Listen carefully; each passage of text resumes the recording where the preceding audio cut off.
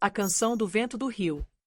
A luz da manhã atravessava suavemente as altas árvores da selva, espalhando manchas douradas e acolhedoras por uma clareira tranquila no fundo da floresta. Yuno estava sentado sobre o musgo, com a cabeça baixa e o rabo bem junto ao corpo. A decepção pela noite perdida ainda o acompanhava como uma sombra difícil de afastar. Sua mãe estava por perto, organizando as ervas que havia recolhido, observando com um olhar calmo e atento. Yuno mexia as patas, incapaz de parar de pensar que a floresta havia lhe mostrado algo importante enquanto ele dormia. Sentia que algo precioso tinha passado diante dele por apenas um instante, e ele não tinha conseguido ver. Ela se aproximou e passou suavemente o rabo por suas costas, lembrando-lhe que a floresta nunca revela tudo de uma só vez e que alguns segredos esperam pelo ouvinte certo. Antes que o silêncio voltasse por completo, um bater repentino de asas atravessou a clareira. Mira desceu entre eles com energia, as penas eriçadas e os olhos cheios de urgência. Yuno levantou a cabeça, surpreso, enquanto Mira indicava que algo estranho estava acontecendo no rio. Ao entender que a água corria para trás, os olhos de Yuno se arregalaram. Ele olhou para a mãe em busca de orientação. Ela observou por um momento e então assentiu com tranquilidade, como se dissesse que ele devia seguir aquele chamado da curiosidade. Yuno saiu correndo atrás de Mira, que já desaparecia entre as árvores. Sua mãe ficou observando os dois se afastarem, com um leve sorriso de quem compreende mais do que diz. Mira avançava velozmente entre as samambaias, desviando de galhos e raízes com facilidade, enquanto Yuno corria logo abaixo, com a respiração leve, mas cheia de entusiasmo, esforçando-se para acompanhar o ritmo. O riso dos dois foi se perdendo conforme avançavam pela floresta mais densa. Os sons da manhã ficaram mais suaves, o ar mais fresco e a luz mais fraca, como se a própria floresta estivesse prendendo a respiração. Quando chegaram à margem do rio, Yuno parou de repente. A água, larga e cristalina, corria contra o sentido natural, subindo o curso do rio.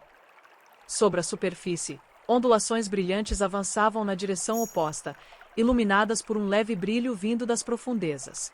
Yuno deu alguns passos à frente, sem conseguir compreender o que via. Enquanto observava o impossível, um zumbido suave começou a preencher o ar, musical e delicado, como um instrumento de vidro cantando sob a água. Mira pousou sobre uma rocha próxima, observando o fenômeno com uma mistura de encanto e estranheza. O zumbido ficou mais forte e passou a envolvê-los em ondas suaves. As orelhas de Yuno se voltaram imediatamente para o som, atraídas por uma melodia que parecia nascer do próprio rio.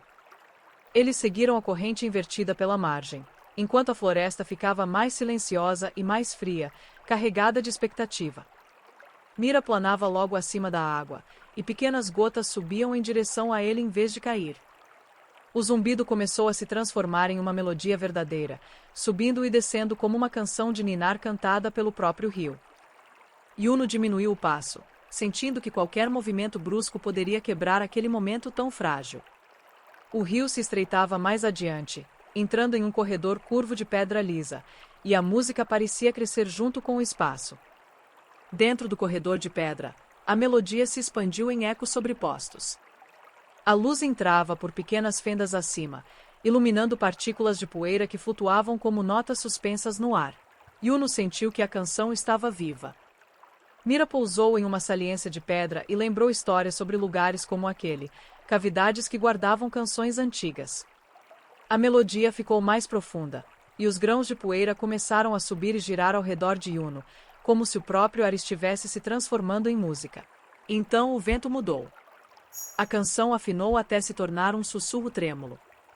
Algo tocou levemente a bochecha de Yuno, suave como um sopro. Uma voz sussurrou seu nome. Yuno ficou completamente imóvel. Mira quase perdeu o equilíbrio. O sussurro se dissolveu nas paredes de pedra, deixando um silêncio atento. Um arrepio percorreu Yuno, mas não era medo. Era reconhecimento. A voz era parecida com a do sonho do qual ele não tinha conseguido acordar. Uma brisa morna e familiar o envolveu por um instante e depois desapareceu. O interior do corredor ficou em silêncio. Não havia mais zumbido nem canção, apenas o gotejar da água e a respiração suave dos dois. Mira desceu para ficar ao lado de Yuno, perguntando-se por que a melodia havia parado. Yuno escutou com atenção, tentando encontrar qualquer eco. Não sabia por que o canto tinha cessado, mas sabia que não tinha sido assustador. Tinha parecido que o rio o conhecia. Eles deixaram o corredor lentamente, olhando para trás como se esperassem que a música voltasse. O rio brilhou novamente, e por um breve momento, a água se dividiu, metade correndo para cima, metade seguindo seu curso normal. Esse instante foi suficiente para Yuno ter certeza de que a floresta ainda não tinha terminado de falar. Mira lançou-lhe um olhar decidido, certo de que voltariam naquela mesma noite. Um brilho de empolgação surgiu no peito de Yuno. Desta vez, ele estaria pronto.